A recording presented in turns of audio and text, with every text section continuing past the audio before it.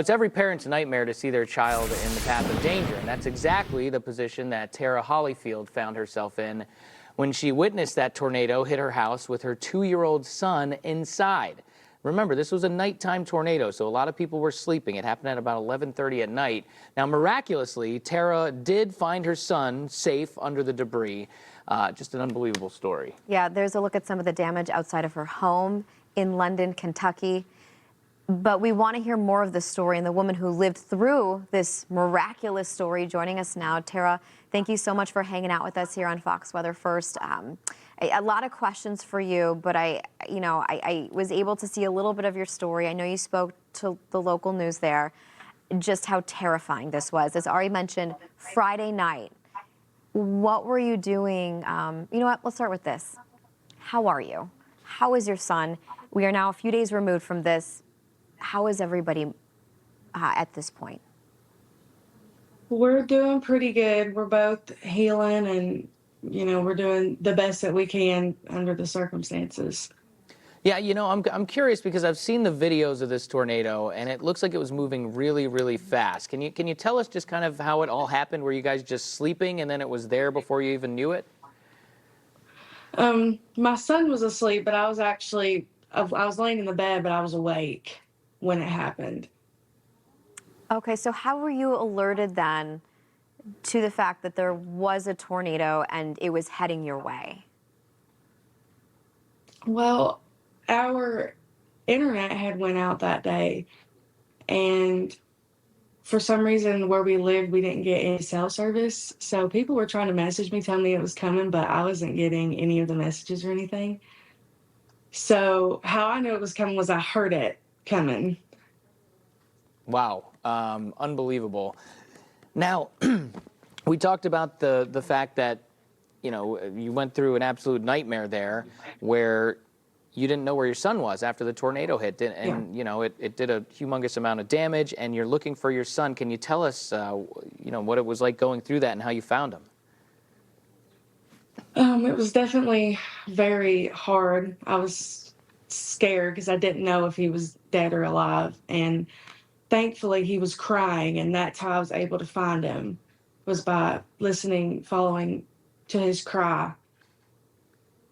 It is just so unsettling. I think any mother or any father, any parent or guardian hearing your story, imagining themselves in your shoes, and it's nauseating, right?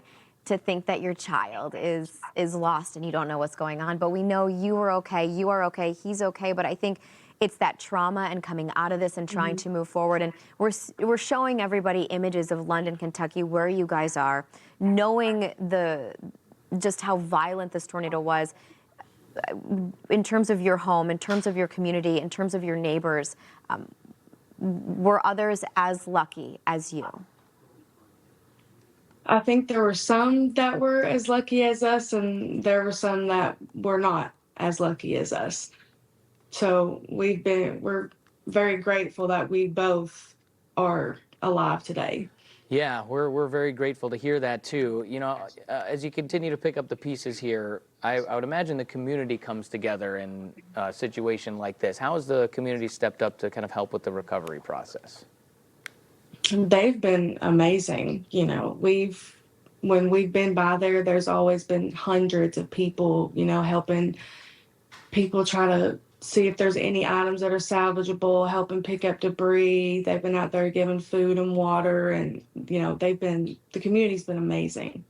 That's such an amazing story, isn't it? Yeah, and I just think, Terry, we've tracked a lot of dangerous storms over the past several days. And, there's the forecast, and then there's the stories that so often fill the gap of just how dangerous and how terrifying it can be. I mean, moving forward for you, what does that look like? Your state of mind? I don't know if you're still in your home or if you have a temporary shelter, but I mean, I imagine your story is very similar to other survivors that have been through very similar events. Yeah, I mean, I'm definitely going to be more weather aware from now on, in hopes that, this doesn't happen again. Yeah, it's just been a very scary ordeal to go through. Yeah, I can imagine. We're so happy to hear that you guys are all right. You know, I was just talking to Marissa. We each have 3 kids, and you know, just the sickening thought of Yeah. you know, waking up and going through that and not knowing where your son is. And this is Parker, right? That we're looking at. Look at Parker him. What a is cute kid. 2. Is that Yes. correct? Yes, he'll be 2 on the 30th. Look at that big old head of blonde hair on Yeah, him. and I'm just trying to Good-looking kid. imagine at 2, you know, trying to break down what happened. I know kids are very resilient, and sometimes their perspective not quite the same, especially as a parent trying to protect your child. I think we take on a lot of the trauma. But is he doing okay? Have you noticed little changes with him? He, for the first couple of days, I think, it was a little rough on him, but now he's, acting like his normal self again, like nothing really ever even happened. Wow. Wow, that is some story there, and I can see you're still pretty banged up there. You got some cuts and Yeah. bruises, but could have been worse, huh? Yeah, yes, it could have been a lot worse. Yeah. Okay, Tara Hollifeild, we really appreciate you sharing your story with us, and I know it's probably hard to talk about to some degree, but you know, it gives perspective for our viewers. I feel like, and a lot of people have kids too. So, thanks a lot for being with us this morning. Yes, thank you for having me.